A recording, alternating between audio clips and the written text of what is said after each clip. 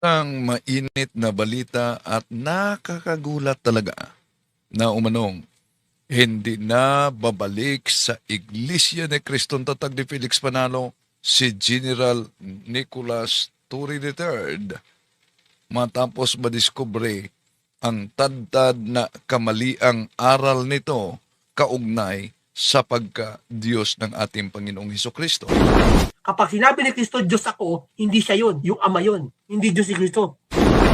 Imagine, ang napakinggan ninyo mga kapatid ay isang vlogger at miyembro ng Iglesia ni Cristo na pilit talagang pinipilipit yung talata sa Biblia para lang ipagtanggol ang aral na inaniba niya sa Iglesia ni Kristong Tatag ni Felix Manalo.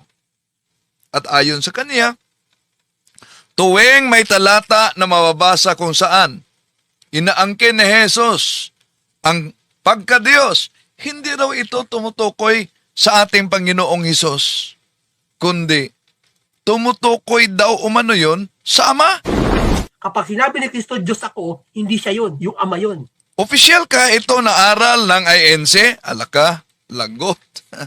Baka may mapatawag ngayon sa mga ministro. Ito'y tatalakayin natin. Samahan niyo ako.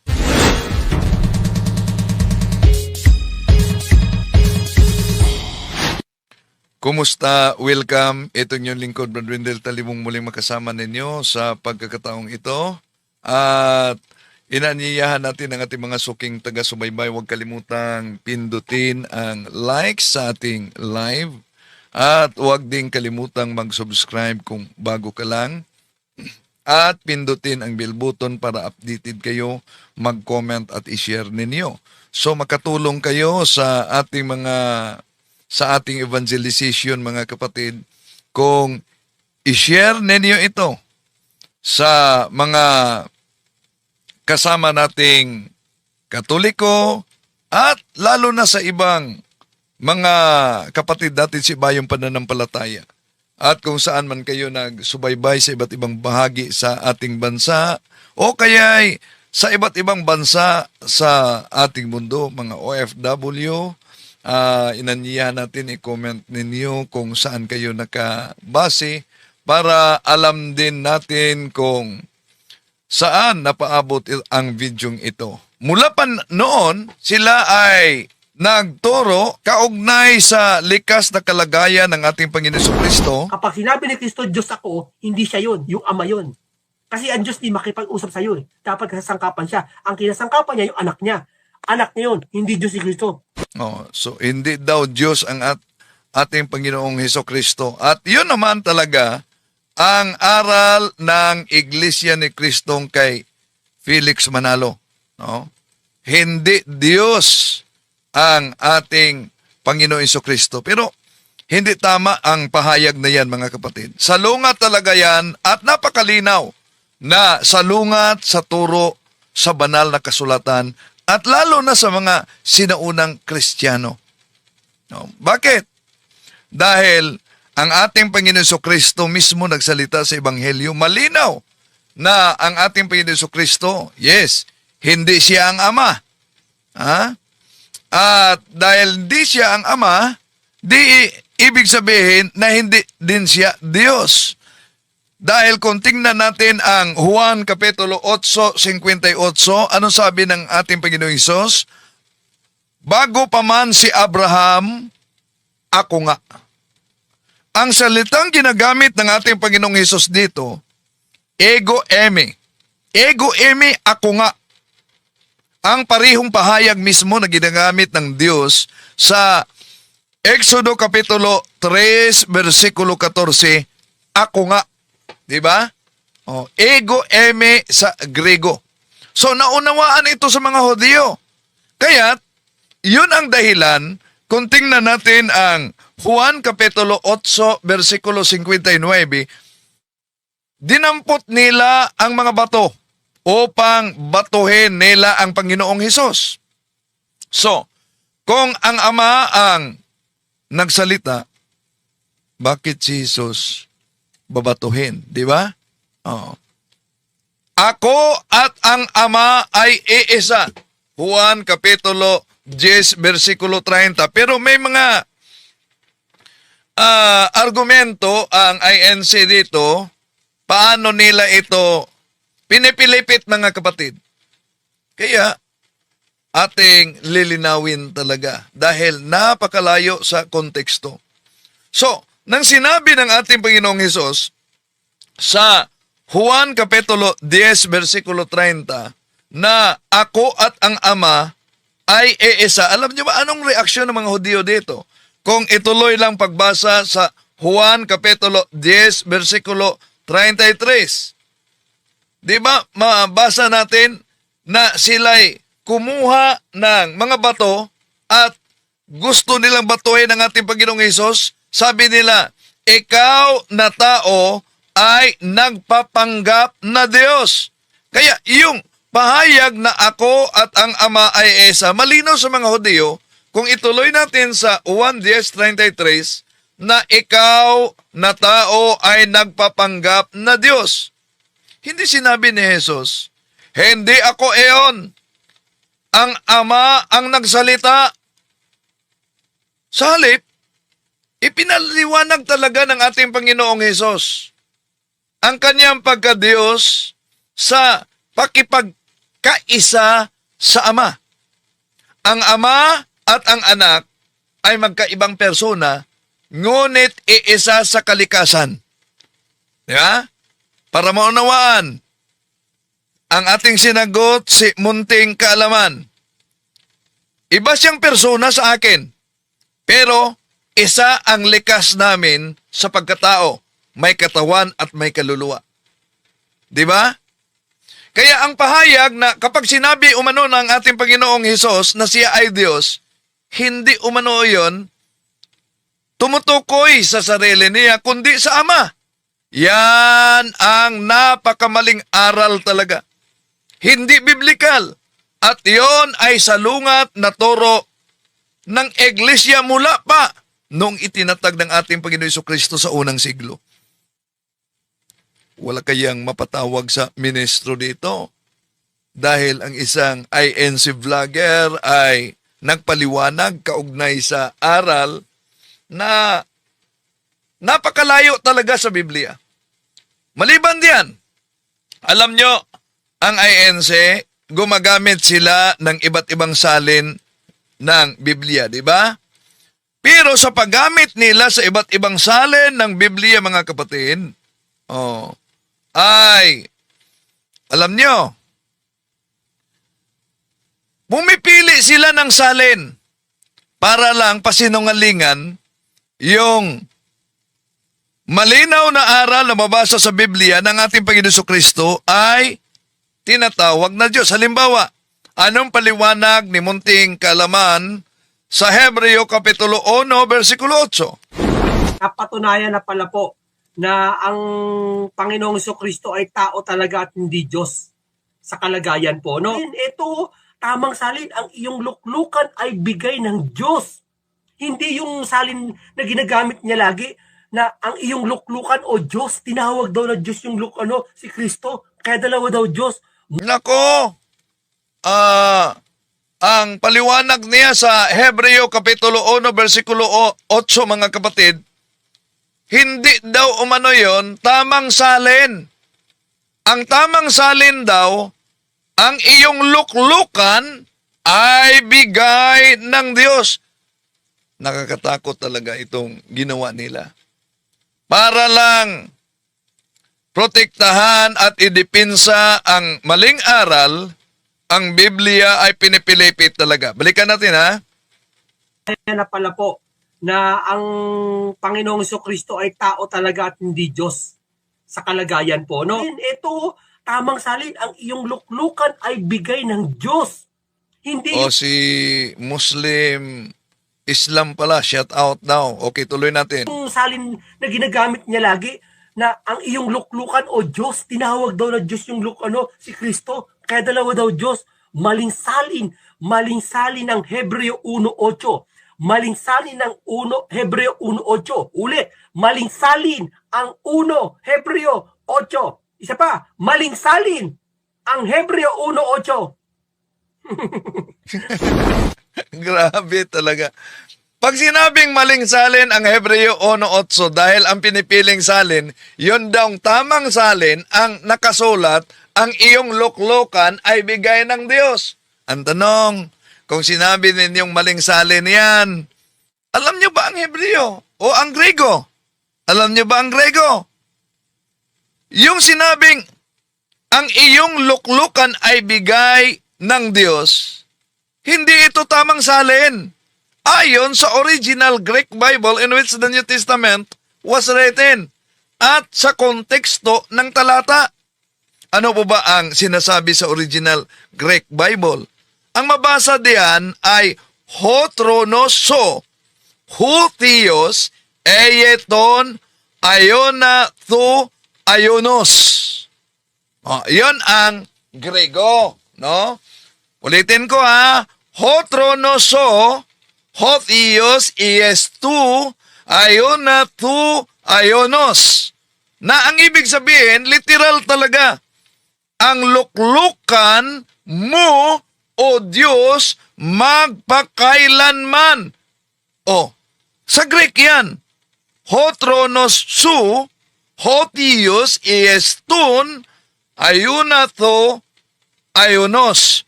Ang luklukan mo, o Diyos, magpakailanman. Anong punto dito, mga kapatid?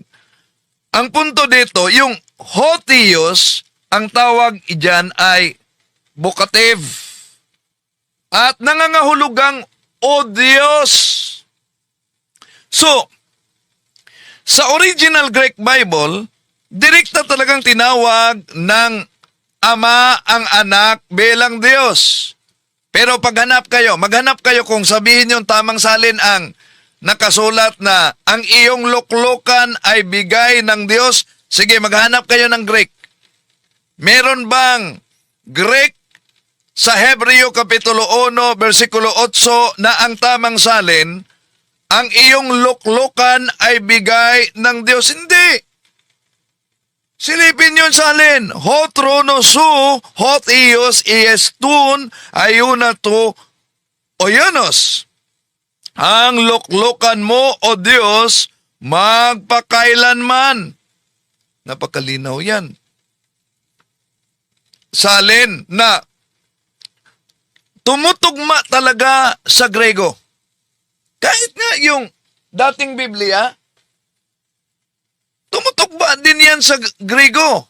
Ang nakasulat sa Hebreo Kapitulo 1, versikulo 8. Ngunit tungkol sa anak, sinabi, ang iyong luklukan, o Diyos, ay magpakailanman. Kahit nasa Revised Standard Version, sa English Standard Version, sa New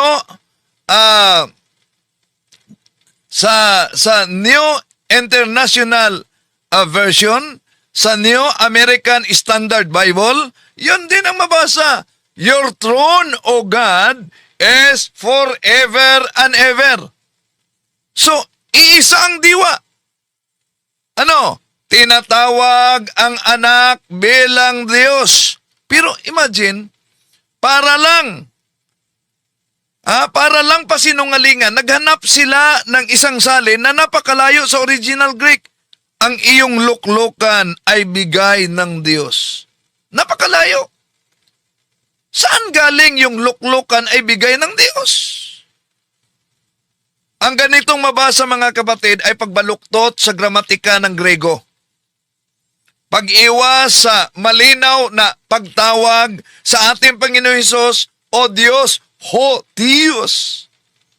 Hindi ito suportado ng insaktong konteksto at sa kasaysayan ng interpretasyon. So, kung bigay ng Diyos, ang ibig sabihin, dapat iba ang anyo ng pangungusap sa Grego. Ngunit wala ito sa teksto ng Grego. Ang konteksto kasi sa Hebreo Kapitulo 1, mga kapatid, ang layunin ng kabanatang ito ay ipinakita na higit ang anak kaysa mga anghel. Kaya sa talatang 8, sinasalungat ang ideyang nilalanglang ang anak dahil tinatawag siyang Diyos sa Ama.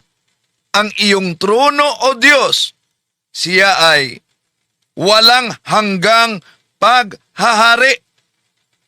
So ang saling, ang inyong luklukan ay bigay ng Diyos, hindi po yan faithful sa original na teksto sa original Greek Bible. Kaya sa mga INC nagsubaybay sa atin, huwag kayong magalit. I-search ninyo kung tama ba ang salin na ang iyong luklukan ay bigay ng Diyos. So, ang tamang pagbasa, ang iyong luklukan o Diyos. Maliwanag sa Hebreo Kapitulo 1, versikulo 8, ang anak ay tinatawag na Diyos mismo ng Ama. Kaya, maling salin, Hebreo Kapitulo 1, mga kapatid umano, na maling salin dahil tinawag ang anak na Diyos. Hindi! Maling salin yan. Ang Hebreo Kapitulo 1, versikulo 8, ang kanilang ginagamit, yun ang maling salin. Malinaw na pinipilipit lamang nila ang teksto. Malinaw na malinaw mga kapatid, na naghahanap lamang sila ng alternatibong salin. Bakit? Para pasinungalingan ang tuwirang sinabi sa Hebreo Kapitulo 1, versikulo 8, na tinatawag siyang Diyos sa Ama. Di ba? Napakalinaw yan. Ano ang nakasulat sa Hebreo 1.8 sa Grego? Ho tronos. So, ho Theos. Literal talaga. Ang iyong luklukan o Diyos. Ito ay vocative. Pagtawag, hindi po negative na bigay ng Diyos. Di ba? So, bakit mali ang iyong luklukan ay bigay ng Diyos? Ang saling iyan, grammatically forced. So, ibig sabihin, yung bigay ng Diyos, dapat ibang anyo ang ginagamit sa Grego. Pero malinaw na negative construction yan. Walang ganoong anyo sa teksto mga kapatid. Lahat na major translation, kahit King James Version, dating salin, Revised Standard Version, English Standard Version, New International Version, New American Standard Bible, lahat talaga ang mabasa, Your throne, O God. Pero dito, mapansin ninyo, parang nanindigan talaga si Munting Kaalaman na tamang salin ang kaniya at maling salin ang iyong trono o Diyos.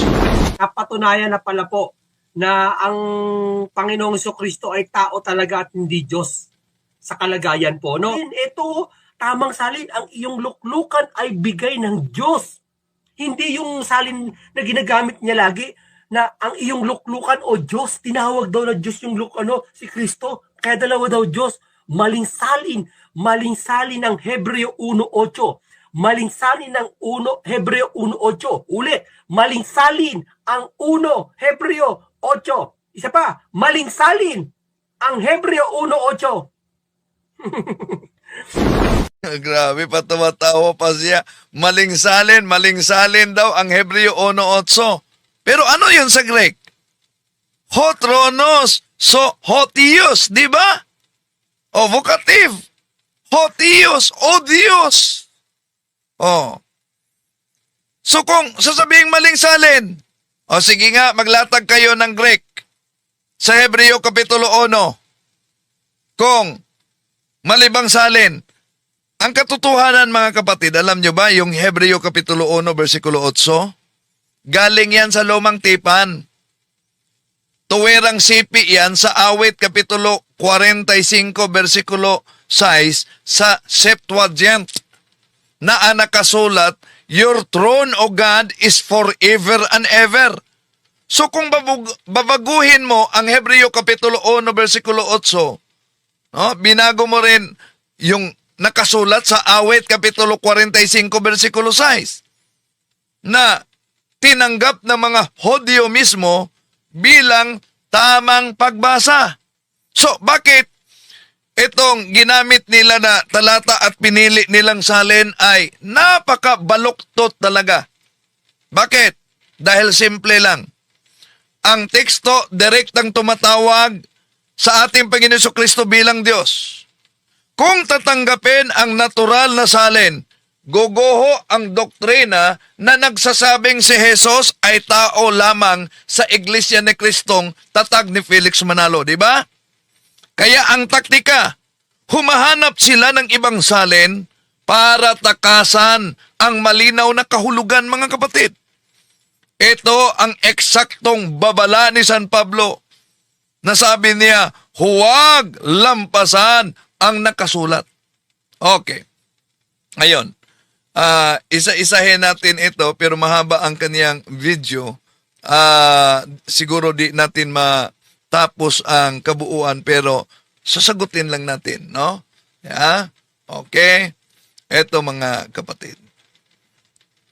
Napatunayan na pala po na ang Panginoong Jesucristo ay tao talaga at hindi Diyos. Napatunayan umano na ang ating Panginoon Jesucristo ay tao, hindi Diyos. Mali. Maling-mali talaga. Una, walang problema na ang ating Panginoon Jesucristo ay tao dahil siya ay Diyos na nagkatawang tao. Diba?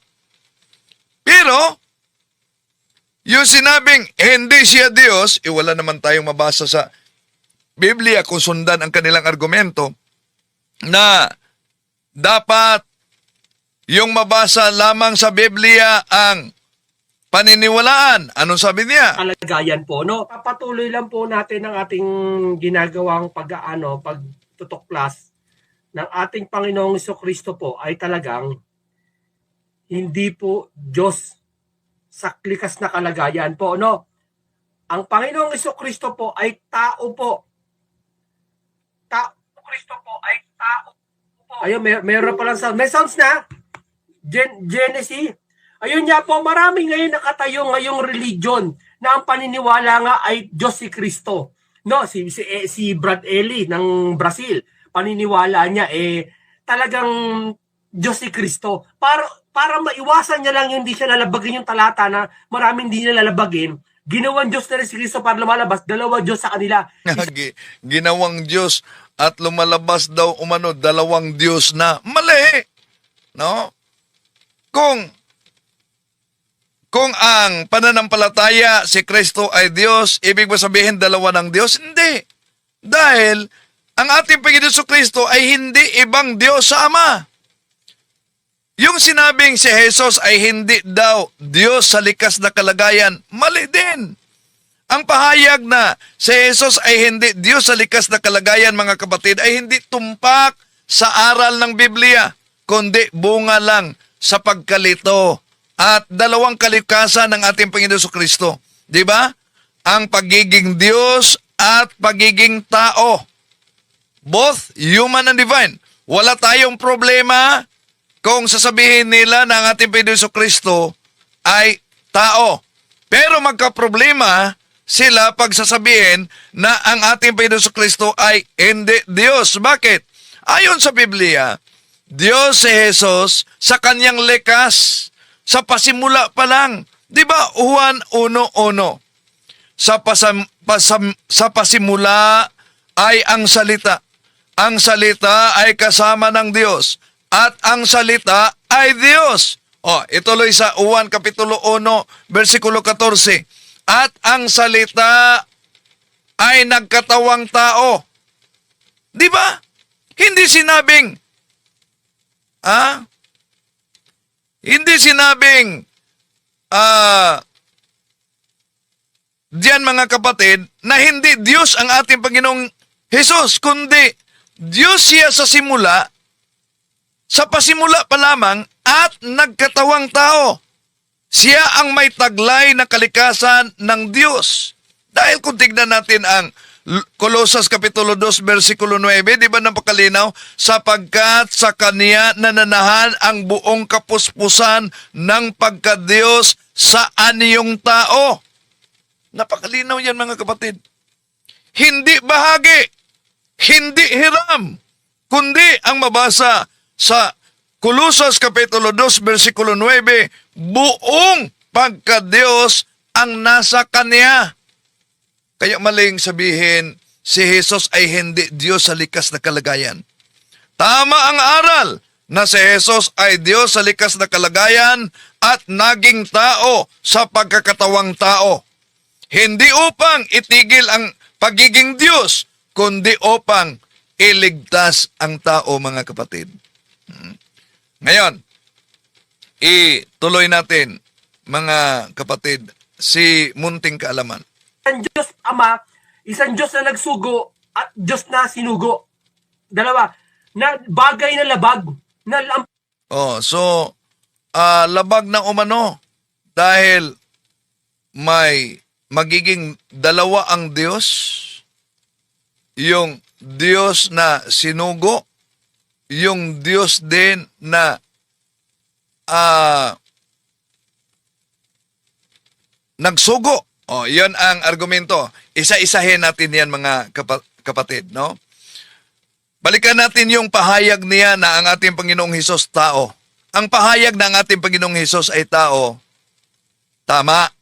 Pero kung sabihin tao lamang at hindi Diyos, mali at kulang sa konteksto ng kabuuang paliwanag na nakasulat sa Biblia. Totoo na ang ating Panginoon Jesucristo ay naging tunay na tao, ngunit hindi siya tumigil bilang tao lamang. Ang turo ng nauna pang mga Kristyanismo mula pa sa unang seglo, napakalinaw.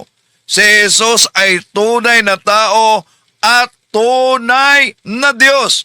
Ang tawag diyan, hypostatic union, both human and divine. Ngunit mali kung tao lang si Jesus. Hindi kailan itinuturo sa Biblia, mga kapatid, na tao lamang si Jesus. Pero ang palusot sa INC, hindi naman namin itinuturo na ang ating Panginoon Jesucristo ay tao lang. Dahil siya ay Panginoon. O ginawa siyang Panginoon. Nasagot natin yan. Meron na tayong, para sa gusto pang matuto, pwede niyong subaybayan ang iba pang uploaded video kaugnay diyan, no? So, balik natin, mga kapatid. Sa Juan Kapitulo 1, versikulo 1, ang salita ay Diyos at ang salita ay naging tao, Juan Kapitulo 1, versikulo 14.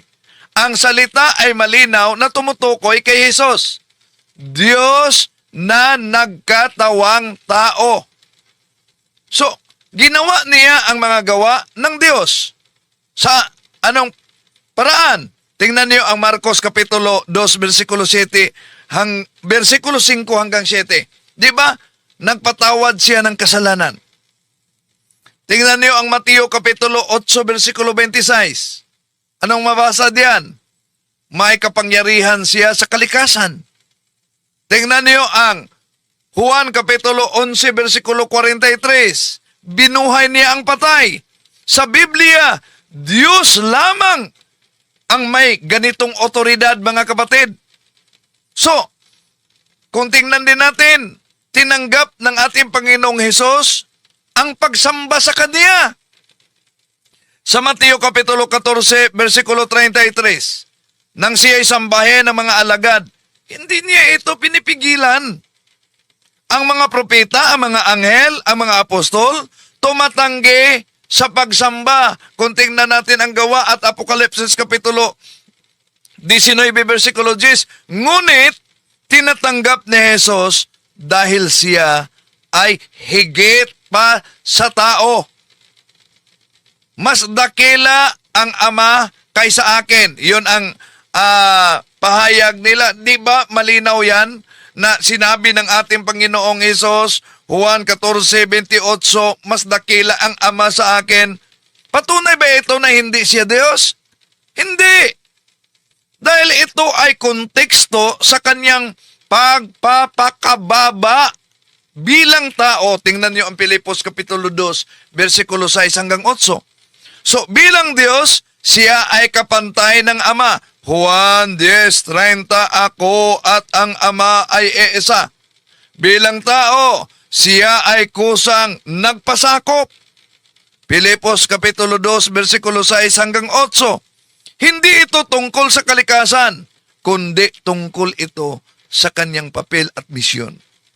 Kung tao lang si Jesus, hindi sapat ang kanyang sakripisyo para sa kasalanan sa buong sanlibutan. Hindi dapat siya sambahin, di ba? Kung tao lang siya. Mali ang mga apostol na tumatawag sa kanya na Diyos. Tito Kapitulo 2, versikulo 13, Hebreo Kapitulo 1, versikulo 8. Ngunit sa Biblia malinaw. Tingnan niyo ang Kolosas Kapitulo 2, versikulo 9. Sa Kanya nananahan ang buong kapuspusan sa pagka-Diyos sa anyong tao. Okay, balikan natin yung pahayag niya. Ano daw?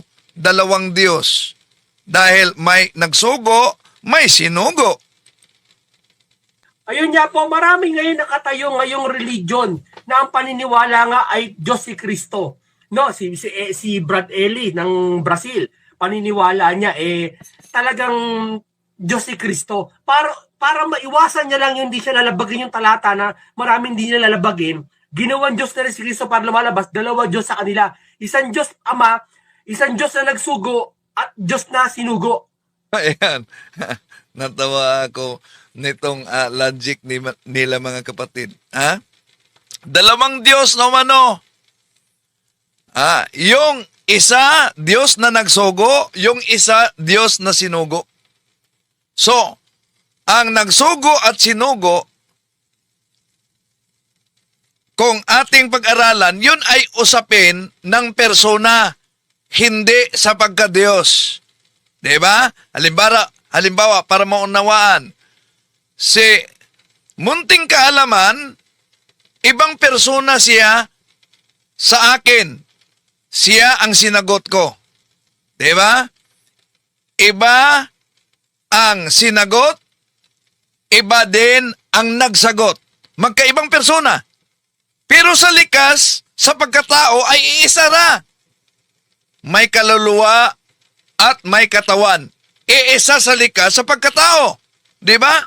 So, ang nagsugo at sinugo, yun ay usapin ng persona, hindi sa pagka-Diyos. Kapag sinabing, isinugo ng Ama ang anak, hindi ibig sabihin na mas mababa o ibang Diyos na ang anak. Ibig sabihin nito, magkaiba sila ng persona. Pareho ng iisang likas na pagka-Diyos. Halimbawa, para maunawaan, halimbawa, isang gobernador. Isang gobernador. Okay, isang gobyerno. Isang gobyerno.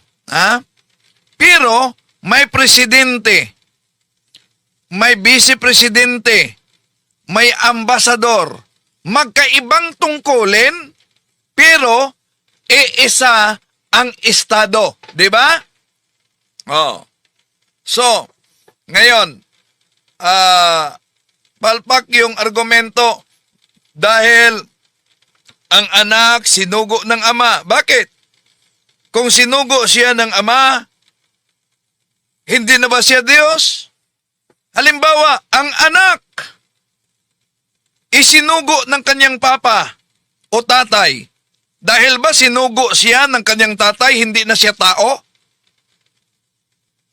Isip-isip naman pag may time, di ba? Tuloy natin. Dalawa, na bagay na labag, na ang palusot niya, na doon sa isang talata ng Biblia, ang palusot niya, dahil yung Panginoon pa daw, hindi pinapakilala pa yung mga panahon na yon. Ibig pala sabihin niya, yung hindi pa pinapakilala yung anak na sa langit pa daw yung anak, hindi pa daw pinapakilala yung isa pang Diyos. Kaya siya daw muna ang kaisa-isang Diyos na doon. Walang liban sa akin. Malinaw naman pag sinabing walang liban sa akin, ngayon, bukas, magpakailanman ang aking salita, iisa. Magpakailanman lilipas, iisa ang salita ng Diyos. Hindi niya pag sinabi ng Diyos na walang Diyos liban sa akin, Hindi ibig sabihin nun, pag dumating ang araw magkakaroon ng Diyos So bago diyan mga kapatid, yung sinabing wala ng ibang Diyos maliban sa akin, kinuha nila yan sa Isaiah Kapitulo 45, versikulo 5. No? Tama naman ang pahayag sa Lumang Tipan. Iisa lamang ang Diyos. Sa aklat ni Propeta Isaiah mabasa yan. Isaiah 45:5, ako ang Panginoon at walang iba. Maliban sa akin ay walang Diyos.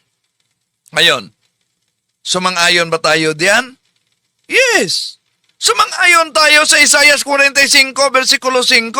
Ang mga Kristiyano, ang simbahang Katoliko, sumang-ayon tayo, walang ibang Diyos maliban sa tunay na Diyos.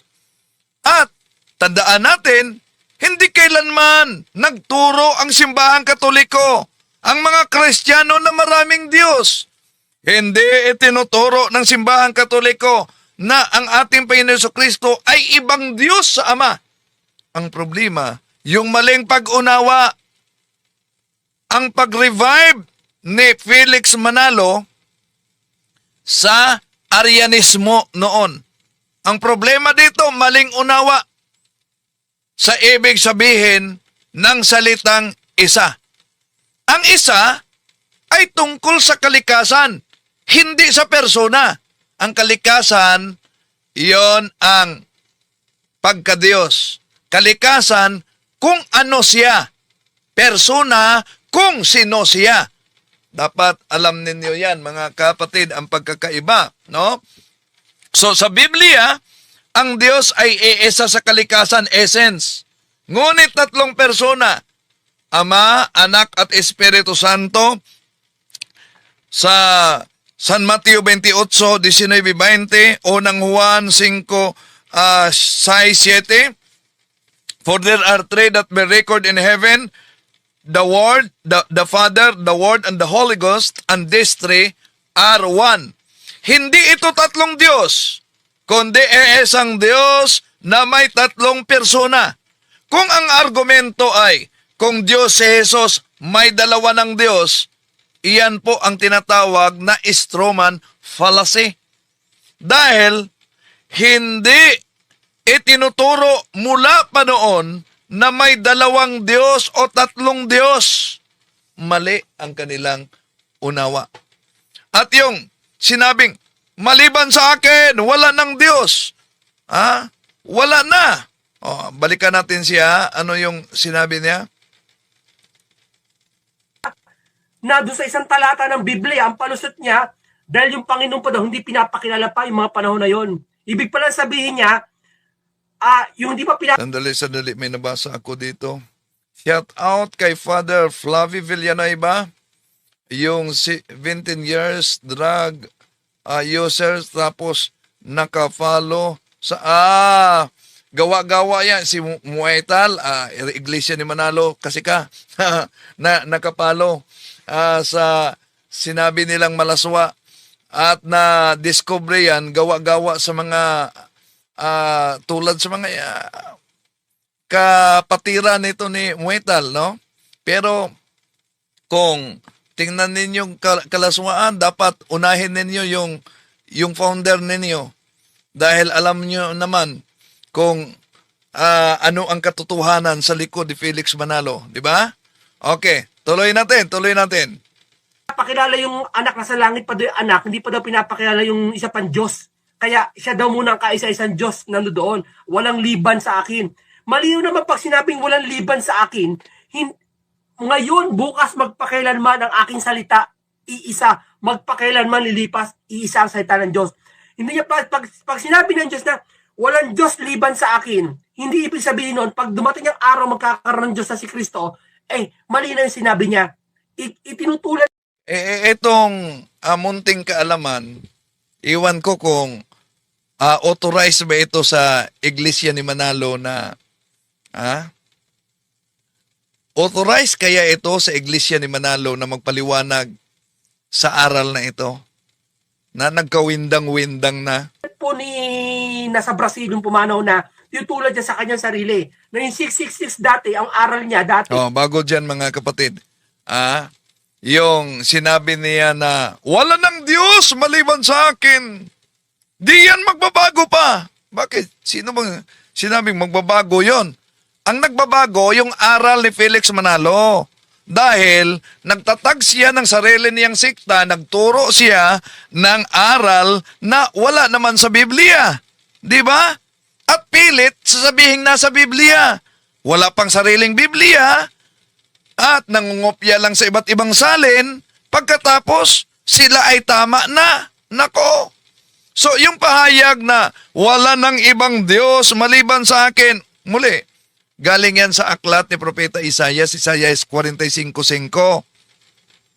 Tamang-tama. Ngunit mali ang konklusyon na kaya hindi Diyos si Jesus. Bakit mali ang konklusyon na hindi Diyos ang ating Panginoong Hesus para sa kanila? Ang pahayag na wala ng ibang Diyos maliban sa akin mula sa aklat yan ni Propeta Isaias at tamang-tama talaga na iyon ang nakasulat. Dahil ang ating Panginoon Kristo hindi naman ibang Diyos sa Ama, kundi ang sabi niya, Juan Kapitulo 10:30, ako at ang Ama ay iisa. Yung pagdating ng 2018, iba na yung 666. Dati ang aral niya 666, si Pope Francis. Ha? Yun ang aral niya dati. Yung 2018, hindi na doon si Pope Francis yon. No? Tinutulad niya yung sarili niya doon sa Diyos. Ang Diyos. Oh, sandali, may nabasa ako. Sabi ni Ma'am Yarley, hello, Biasong. Biasong. Tampered boy. Wala nang naniwala sa iyo. Eh, ba't may mga iglesia ni Manalong na-convert kung walang naniniwala? Ang irony, bakit naniniwala ka sa siktang tampered? Hindi lang si Felix Manalo ang nagdala sa Iglesia ni Cristo, marami sila. Pagkatapos naniniwala kayo sa tampered na sekta, gumagamit lang ng mga aklat na Katoliko, nagiging squatter na dahil may mabasang tulad dito, Church of Christ, o pinatunayan ng otoridad Katoliko na ang Iglesia natatag ng ating Panginoon Kristo ay Iglesia ni Cristo. Abay, pinutol. May karugtong ang tunay na Church of Christ ay ang Iglesia Katolika. O, anong tawag diyan? Squatter. Tuloy natin, mga kapatid. Pag sinabi niya, simula pa lang, ako'y Diyos at hindi tao. Ha? Ibig sabihin nun, yung panahon na yon, siya talaga ang Diyos. Kahit dumating si Kristo, siya pa rin ang tunay na Diyos. Kaya nga, Iwan ko kung otorisado ba ito na sa INC na magpaliwanag, no? Ginamit na naman niya, Oseas Kapitulo 11, versikulo 9. Sinabi ng Diyos, ako'y Diyos at hindi tao. So therefore, konklusyon ng mga, hindi lang sa INC, kahit Islam, balik Islam, si Jesus ay tao, therefore si Jesus ay hindi Diyos. Maling pagbasa sa pahayag ng Diyos, mga kapatid. Ang talatang madalas ginagamit ay mula sa Lumang Tipan, lalo na sa Oseas Kapitulo 11, versikulo 9. Sapagkat ako ay Diyos at hindi tao. Ano po ba ang diwa nito? Ang diwa ng pahayag na ito ay hindi ontolohekal, mga kapatid, na imposibilidad. Hinding-hindi kailanman maaaring magiging tao ang Diyos. Hindi ontolohekal na imposibilidad. Kundi magkaiba ang likas na kilos, ang Diyos ay hindi nagkakasala, hindi nagbabago-bago, hindi marahas, tulad ng tao. Yon ang konteksto at diwa sa Oseas Kapitulo 11, versikulo 9. Kung babasahin natin ang konteksto, ang punto diyan, ang Diyos ay tapat at mahabagin. Hindi gaya ng mga makasalanang tao. Hindi kontradiksyon yan. Diyos na nagkatawang tao. Sa INC kasi na argumento, ang style ng INC argument ay ganito. Kung Diyos si Jesus at tao siya, sinabi ng Diyos, hindi ako tao. Kaya, imposible yan. Ngunit, ito ay kategorya ng kamalian. Category mistake. Kapag sinabi ng Diyos, ako'y Diyos at hindi tao, tumutukoy iyon sa kanyang likas na pagka-Diyos, hindi sa kanyang kakayahang magpakumbaba at magkatawang tao. Isang halimbawa. Halimbawa, mga kapatid. Ang isang hari ay maaring sabihin niya, ako'y hari at hindi alipin. Di ba? Pero, maaari pa rin ang isang hari magbihis alipin. At kung ang isang hari magbihis alipin, nawala na ba ang kanyang pagkahari? Ganon din ang ating Panginoong Hesus. Di ba? Malinaw at nabasa natin yan, mga kapatid, sa banal na kasulatan. Tuloy natin. Na kaya ni Jesus, tunay na Diyos nalilito lang kayo, maling salin. Yang Hebreo, nagkatawang tao, yun. Hindi na, boss, ang nagkatawang tao, hindi Diyos. Ang Sandali. Ano daw? Ang nagkatawang tao, hindi ang Diyos. nagkatawang Jameson kayo. Ang nagkatawang tao po, ang salita. Nako! Ang gulo! Ha? Ang gulo! Ang nagkatawang tao daw ay ang salita. Ang nagkatawang tao, hindi daw ang Diyos. So, napakalinaw mga kapatid, ang pahayag na ito ay kulang at maling konklusyon kung ihiwalay ang salita at ang pagkadiyos ng ating Panginoong Hesus. Dahil ang nakasulat sa kasulatan, napakalinaw. Juan Kapitulo 1, versikulo 1. Sa simula ay ang salita, at ang salita ay kasama ng Diyos, at ang salita ay Diyos. So kung ang salita ay Diyos, at ang salita ay nagkatawang tao, malinaw na ang Diyos ay nagkatawang tao. Hindi ang Ama, kundi ang salita. Napansin nyo ba paano pinipilipit ang talata? Para lang ipagtanggol ang aral na imbento ni Felix Manalo. So, ang nagkatawang tao, napakalinaw, ay ang salita na Diyos. Juan 1:14, ang salita ay naging tao at tumahan sa gitna natin.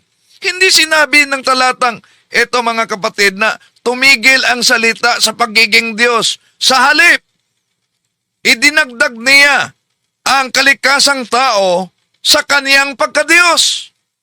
So ang salita ay hindi lang nasa kay Kristo. Ang salita ay si Kristo. Juan Kapitulo 1:1, Juan Kapitulo 1, versikulo 14, ang salita ay Diyos, ang salita ay naging laman. Hindi sinasabing ang Diyos ay nasa isang hiwalay na taong si Kristo, kundi ang mismong salita na Diyos ay naging tao. Kung ang salita ay nasa, ang argumento nila na ang salita ay nasa kay Kristo lang, lalabas na dalawang persona. Isang salita na Diyos, isang Kristo na tao. Walang ganyan sa Biblia. Di ba? Kung ang Diyos ay nasa kay Kristo, bakit tinawag si Kristo na Diyos sa Hebreo Kapitulo 1, versikulo 8? Ang iyong luklukan, O Diyos. Juan Kapitulo 20, versikulo 28, Panginoon ko at Diyos ko. Kung mali ito, bakit hindi ito itinama ng ating Panginoong Jesucristo? Kaya, maling-mali talaga ang sinabing ang salita, ang Diyos na nasa kay Kristo. Tama ayon sa Biblia mga kapatid, ang salita ay Diyos at ang salita ay naging tao, siya ang ating Panginoon Jesucristo. Juan Kapitulo 1, versikulo 1, Juan Kapitulo 1, versikulo 14. Okay, tuloy natin. Mama to, pero di lang natin tapusin. Yung salita, yun yung Diyos na nakay Kristo. Kaya nga sabi ni Kristo, hindi ako nagsasalita ng sa akin, kundi narinig ko sa Ama. May pinagkaringgan siya. Hindi niya sinabi, narinig ko sa sarili ko. Pakinggan niyo po ang MCGI, mali po. Oh, so, yan, ha? Ano daw? Ang pakikinig ni Jesus sa Ama. No, hindi. Sinabi diyan na nakinig siya sa Ama. Bakit? Kung nakinig siya sa Ama, ibig ba sabihin hindi na sa Diyos? Maling argumento yan. Ang pakikinig ng ating Panginoong Hesus sa Ama ay hindi patunay na siya ay hindi Diyos, kundi patunay ng kaniyang kusang pagpapakababa bilang nagkatawang tao ang anak. Di ba? Nagkatawang tao ang salita. So, nang ang salita ay naging tao, tinanggap ni Jesus ang ganap na kalagayan ng isang tunay na tao. Kasama ang pagsunod, kasama na yan ang pakikinig, ang pagtanggap. Hindi ito paglihis sa kaniyang pagkadiyos, kundi voluntaryong pagpapakababa ng ating Panginoong Hesus. Di ba? Napakalinaw yan. Colossus Kapitulo 2, 6, 7, tuloy na sa 9, bagamat siya ay nasa anyong Diyos, hindi niya pinagpilitan ang kaniyang pagiging kapantay ng Diyos, kundi nagpakababa. Di ba napakalinaw yan?